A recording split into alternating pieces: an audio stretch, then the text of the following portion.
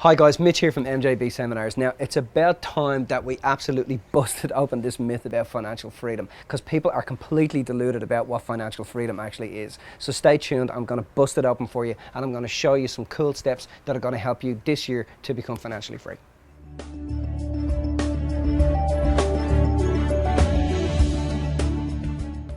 So everybody seems to be scrambling around, reading books, checking websites, looking at information, trying to find this thing called financial freedom. You know, people are deluded if they think that people who are financially free just sit around throwing money up in the air, you know, spending their life just eating money, burning money. That's absolutely not true. People who are financially freedom absolutely depend on their finances, and they use money to make money. So what I'm going to do now is I'm going to give you 4 myths around financial freedom so that you can avoid these. Now, the first one is what we call the rat race myth. This is where people who are influenced by exterior reference points instead of their interior self, and what they do is they go through their lives and they listen to exterior, systems that are set up to help them to get to a point in their lives where they perceive they're going to be free.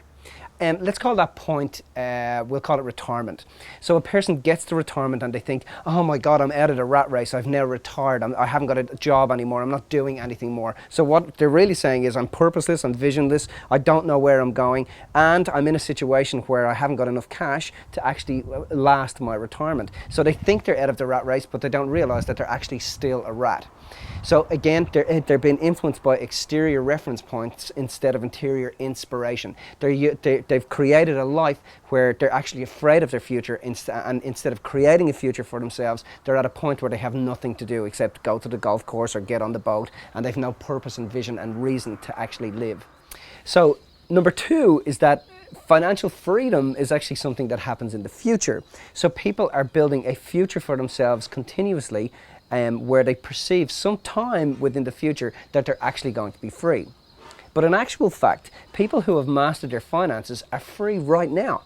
They understand that money is a product for making more money. They're actually doing it right now. They're free to live their lives right now. They're not waiting until they're 50 or 60 or sometimes 70, sometimes 80 years old before they can, they're incapacitated and they can hardly do anything that they actually want to do it in their lives. People who are financially free make sure that every day is their last day, and that whatever they do today actually inspires them, keeps them alive, keeps them vibrant, keeps them awake. That's what financial freedom is. So the third one, or the third illusion, is that people are who are financially free are free of their finances. In actual fact, that is completely incorrect. People who are financially free depend and master their finances continuously. On top of this, a lot of times people say, a lot of my clients say to me, Mitch, you talk an awful lot about money. Well, I do talk an awful lot about money, and there's a very important reason that I do that. First off, when the universe created money, money is a form of exchange. It had to create something that stood the test of time. And the only thing that actually stands the test of time is love and wisdom.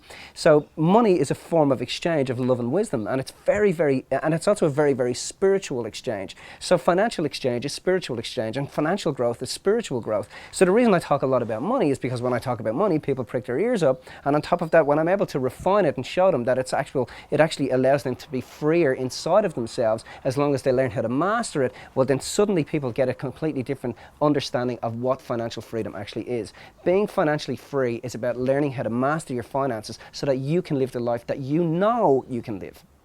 On top of this, people who are financially free have mastered their emotions. They don't have any future emotion, any, suppressed future fear running their lives, like retirement or anything like that. They're living their life right now. They have mastered their emotions around money. They haven't got a gorilla sitting in the corner or an elephant in the corner over here that they pretend is not there. That is to do with their financial future. They've actually mastered it right now. They understand that getting on top of their emotions and mastering their emotions is going to create more abundance in their lives and give them more freedom to do the things that they want. And they're going to receive more exchange and more money for actually doing that. So the fourth myth, which is a really, really cool myth, is that people that are financially free are comfortable. Now, this is completely delusional. In actual fact, people who are financially free keep themselves on the border of chaos and order. They're constantly finding and thinking about inspiring ways to make money with their money. Buckminster Fuller said, people who are wealthy in the world actually use money to make money. And I want to add to that by saying that people who are wealthy in the world use money to make money, and they have mastered their emotions around money.